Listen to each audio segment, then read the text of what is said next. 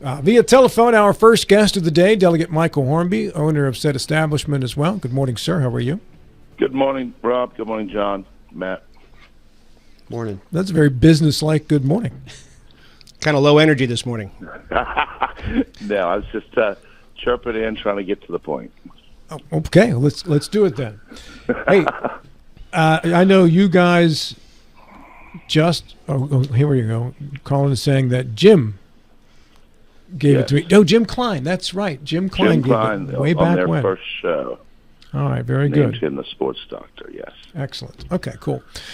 So let's talk first and foremost that you folks did officially have a vote, and you voted to vacate Joe DeSoto's seat from the House of Delegates, correct? That is correct. The House had a resolution to just vacate the seat based on the fact that he cannot take the oath. I understand that and will not be able to take the oath. Delegate Fluharty had some concerns about the constitutionality of your reasoning behind the vote, because the vote is based on someone refusing to take the oath of office, and in his particular case, he can't because he's on home confinement. Does that equate to a refusal to take the oath? It's our position. I mean, Flu had his position, but it was our position that, based on our reading on the Constitution, because he cannot take the oath and will not be able to take the oath for a foreseeable amount of time, therefore we can vacate the seat. Is vacate the right verb? I know it's probably the one you're stuck with, but to vacate means that it was occupied, and the seat was never actually occupied. So if it were occupied, that would mean that he's a Democrat. No. The seat is actually occupied until somebody else is seated. So Don Forst technically has occupied the seat.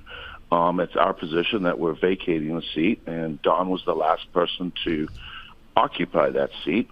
Therefore, we believe that that seat should be Republican. And there's some language that's going to be included in your resolution that states the same, Mike? Yes, the last part of that resolution says it should be replaced by a Republican. Now, it may be challenged, but this is our position. Do you expect this to be going to a court somewhere? Because it's a pivotal seat, right? That 10th vote gives the Democrat caucus more power than they have now. Yeah, I mean, I think it may be challenged, but they can't challenge the resolution. It may be challenged based on the governor's appointment. So the Republican Party can put 3 names. I believe the Democratic Party is already putting 3 names together. They are. According to the Secretary of State, the governor has that choice to put who they want, and then they'd have to challenge the governor's decision. Who ultimately, Mike, you're going to put this forward, the Republicans will go forward and put a name, the Democrats will too, and then you've got 2 people who are kind of at loggerheads. Does this have to go to the courts first? No. This goes to the governor just like the normal process, unless there is a injunction to delay that. Everything is business as usual as far as we're concerned, we will move on until otherwise told. Do you care to offer any thoughts in regards to Magistrate DeHaven's decision to permit home confinement and reduce the $300,000 cash bail to $150,000 bonded situation, which allowed for roughly a $15,000 cash ticket out of jail? I mean, there was a few of us delegates in the room at that hearing. I have no comment on the actual decision. I know there has been some things happen in the last few weeks that it's now been moved up to circuit court. So we'll let the justice system do what it does. What does, good time with Matt in the room here, what does home confinement actually mean? I believe the delegate-elect or the previous delegate-elect has to stay home. He has a geofence around him, so he has a ankle bracelet. He can go to the grocery store, but he is not allowed near other delegates or in the Capitol. And I don't know if he has a job, if can go to his job or anything like that. But that's what I believe is he's confined to his home until his court proceedings. Matt Harvey? Well, it's my understanding Berkeley County has the community corrections runs the home confinement program, and that that's basically what Mike said, or Delegate Hornby said, that there's be wearing an ankle bracelet and someone monitoring that. That's kind of the big thing. So my general understanding, and I'm not familiar with Berkeley counties, but if someone leaves that area, then there's an alert sent to the authorities. That is my understanding too, man. And if there's an attempt to tamper with it, like it's being removed, there's a wire cut or something, then it also sends out alert. They are pretty amazing pieces of technology, and they can really track a lot. They can actually tell you, and I'm just speaking from experience with the ones in Jefferson County, and I imagine they are quite the same, is it lets you know if someone's not moving. Okay, so if they're asleep, there'll be like like the Z icon that will pop up on their report that they're not moving. Who monitors these, Matt Harvey? In Berkeley County, I'm assuming that it's the Community Corrections Program. And how many of these, in general, might be out there at any given time that have to be monitored? 10, 100, 1,000? It's Berkeley County. I have no idea. I will tell you that when I first moved here and we were at the DMV changing our driver's license, we saw at least 3 at the DMV. I would suspect it's a couple of hundred, Rob. A couple hundred. And don't quote me on that. Let's talk about if you guys want to stay on this. I think it's my impression that it's my opinion that they're pretty good ways to keep it atop of someone's movements. I'm just curious about the level. There's confinement and then there's confinement, right? So if, as I understand it, Mr. DeSoto showed up on oxygen and such during his hearing, which would imply some medical issues that are none of my business.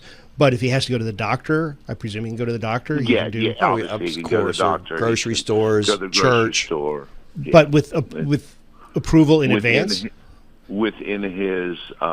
that's a general requirement. Offense, and he has to request if he needs to go out. There's no movement outside the approved area without prior authorization. That is correct. Mike, let's talk about some of the appointments that have been made by the Speaker in regards to leadership positions. You have been named the caucus chair. What does that job entail? It entails basically being the communicator between the Speaker and the conference, the Republican conference. It includes running the daily meetings, being a part of leadership meetings between the Senate and the House, between a number of things, whether it's the other committee chairs and the Speaker. I'm extremely honored to be able to take on this position, and I thank Roger for giving me this job. It's been like drinking from a fire hose for the last 4 days, and it is trying to herd 91 personalities to make sure everybody's happy too. Well, 90 at the moment. Yeah. Will you be the one who, for bill number 23, whatever, random bill, are you the one who would deliver the news back, say, Mr. Speaker, just so you know there's a lot of rumbling in the caucus, they don't like this? That would be one of the roles, yes, John. So we go over every single bill every single morning that's coming up on first reading, second reading, or third reading. We discuss those bills as a caucus every morning, and then it's my job and my team's job. I have a team now that it's our job to gauge the will of the conference, if you will, and let leadership know where we are on certain things. But it's also it's communication. It's helping members decide where their bills are going, why, if they're frustrated why one of their bills is not moving. It's a multifaceted job, which I'm very proud to take on. Is this a new position, or was this previously established? No, it's been around for, I want to say, about the last 4 sessions, so about 8 years. As the Republican majority grew, communication became very, very important because every member has an idea of what they want down there. So, for Roger to try and speak to every member one-on-one and make every member happy one-on-one, or the leadership team, it started becoming increasingly harder as we grew in the majority. Who previously occupied that role? So Clay Riley had really taken this position to the next level. When I got elected, it was the first time we started meeting daily like this. Before it was more of a, hey, this is what's happening. It was more of informational. And I think Clay took it to the next level. And I really want to continue what he's started. To backtrack a little bit here, just to fill in the blanks on what's taken place on the show so far, some questions. Steve Catlett, who's the vice president of the Berkeley County Commission, just texted me and said Berkeley County ranges from 120 to 150 people on home confinement throughout the year. There you go. Right, so that tells you how many ankle bracelets they're monitoring. John Hardy says the Berkeley County Republican Executive Committee is ready to meet and do our duty to name a replacement, to select 3 names to name the replacement for the seat vacated in the 91st. So that's 2 other pieces of information right there. Now, continuing along the line of leadership positions, we talked to Mike Height yesterday, who's been named the vice chair of health. Anybody else out of the Eastern Panhandle in the House in a leadership position, Mike? I believe Chuck Horst got a subcommittee chairmanship or vice chairmanship. I'm trying to think of who else. I think Bill Ridenauer got assistant majority whip, right? Yes. I think Bill got a whip position. I think we're very well represented based on the new committee structure. Mr. Height is obviously in a very large role. He's got a very nice office in the Ivory Tower, and I have to. He deserves it. I have to make an appointment to see him now, which was interesting. Nice. yeah, that's kind of funny how these things change, isn't it? Does he get the bigger bedroom at the house that you all share? It's his house. It's Height's house. He has the big bedroom anyway. Oh, well, it's already Height's house. This all tracks. Yeah. And McGeehan is the majority leader, and I think that works out as well as it could for the Eastern Panhandle too, don't you think, Mike? Well, yes. We have a very good relationship with Pat. I've had a great relationship with Pat. I think Mike and I, especially, and Chuck and Wayne, I think Wayne also got a subcommittee chairmanship. We do get along with Pat, and that has been a good relationship that we forged. I think Pat will do a fantastic job of being majority chair because he can really wrangle the troops. On the newscast this morning here at WRNR, there was, a lot of these announcements were made. A big deal was made of the establishment of 6 standing committees, which implies something. There is a restructuring. Explain that to me. So, we've done a lot of good things over the last 8 years as Republicans. We've tackled a lot of the low-hanging fruit. We put tax. The tax refund, lowering the taxes in place with triggers. We've tackled abortion. We've tackled the tort reform. We've done a lot of good things. Now it's time to tackle the really hard things and start actually changing policy, actually fixing stuff as opposed to just passing bills. So with this new committee structure, we feel that we can actually start working with the agencies and with the governor, as well as the state, and make this committee change policy versus passing bills. So by doing this, all bills would go through a subcommittee that is based on the subject matter. Then they'll go to a standing committee. The way it's structured will it might make it move a little slower, but it will change policy versus just passing bills. And what are the 6 standing committees?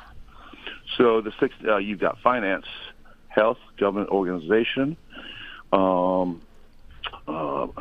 energy and economic development, education, and then the last one is the judiciary.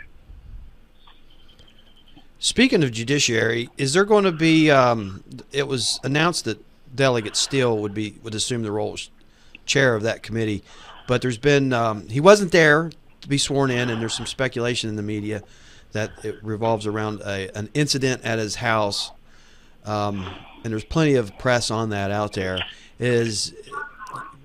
What's going to happen with that chairmanship? I have no idea. I presume Brandon is chairman of judiciary. I have not heard anything about that, and I don't really have any comments. I assume that would be your response, but it had to be asked. Yeah. I understand. Right. So let's talk about some of the other committees here, Mike. Yeah. Because we had John Hardy was vice chair of finance before. We don't have a major seat on finance now in the chairmanship positions, correct, out of the Eastern Panhandle? No, but I think we'll be well represented within the committee. Clay Riley is assuming that position. Clay's always been very pro Eastern Panhandle. He understands. He traveled the state on a weekly basis with his job, so he understands our issues in the EP. I think we'll be represented on the committee. So I think we'll be in good shape as far as the Eastern Panhandle goes. Is it important to have a person out of the Eastern Panhandle in a chairmanship or vice chairmanship position on a major committee to ensure representation for the Eastern Panhandle, or is that overblown? I think it may be a little overblown. I think if the EP delegates communicate well with each other and are on the same page, we can affect change within committees, even being just a member of a committee. I think it's more important for us to be spread out amongst all the committees to ensure that we can communicate and know what's going on in all committees. Will you have an Eastern Panhandle caucus meeting as this session gets started within the month? Absolutely. Delegate Clark and Senator Rucker help us with that. We generally meet during session once a week on a Monday. We've had a number of meetings with the new delegates already. So we keep that communication open, and we are already meeting as a EP caucus, if you will. We include the Potomac Islands in that too. With Senator Jason Barrett now as the finance chair in the Senate, and you of course have a personal relationship with Jason, as does Mike Hyde. I spoke with Mike yesterday, and 2 days ago, and he mentioned that he thought that was a big advantage in terms of communication between the House and Senate and trying to get bills lined up appropriately. Do you agree with that? I 100% agree with that. I think Jason, having come from the House, having had a relationship with the House Chair, Vernon Chris, they've had a very workable relationship. There hasn't been a lot of contention between the two. So I believe that's a huge advantage. Jason's a great communicator, astute politician at the same time, but he's not as abrupt, and he will work with the House, I believe, in a very positive way. So I think that was a major appointment. You say not as abrupt. I assume that means you thought that Mr. Tarr was a little difficult to work with at times? Well, Eric and Vern had a contentious relationship at times. They're very alpha personalities, so sometimes that can happen. That's just me looking from the outside. I think Eric did a great job, but I believe now for the Eastern Panhandle, and for us as House members, we believe Jason was the right choice and good for us. Did you attend the governor's farewell speech? I did. Your thoughts on it? I thought he did a great job. I mean, he walks in the room, he kind of sucks the energy. He's a big man. He great speech. It was a little surprising. I think the funniest thing was when they brought Baby Dog in at the end, and the look on the speaker's face was quite hilarious to some of us House members. Isn't Baby Dog always there? She's generally, yes. But the dogs are not pets are not permitted in the chambers. Okay. That's the thing, right? Pets are not allowed in the chamber. And John, there was know, that thing with Bette Midler. Yeah. Yes. We remember. Do you remember it, John? No. No, John. Okay, I'll tell you off air. John- Everybody else. He wasn't does. here yet. He was okay. Okay. He was still on the outside looking. Yeah. in. So there's a little more of a meaning to what I Delegate see. Hornby just said than he brought his dog. It's a little deeper than that. Yeah. but baby dog was the most popular thing in the room. It's just guaranteed. Everybody loves a dog. Yep. Mike, if any, what advice have you given or would you give to all of the first-year newbies who just got elected in the Eastern Panhandle? So I've really been trying to meet with them as much as possible, telling them to absorb as much information as possible. Chris and I have had multiple meetings. Chris is a very knowledgeable delegate, and he had some concerns about some of our rules. And Chris Andrews, you mean?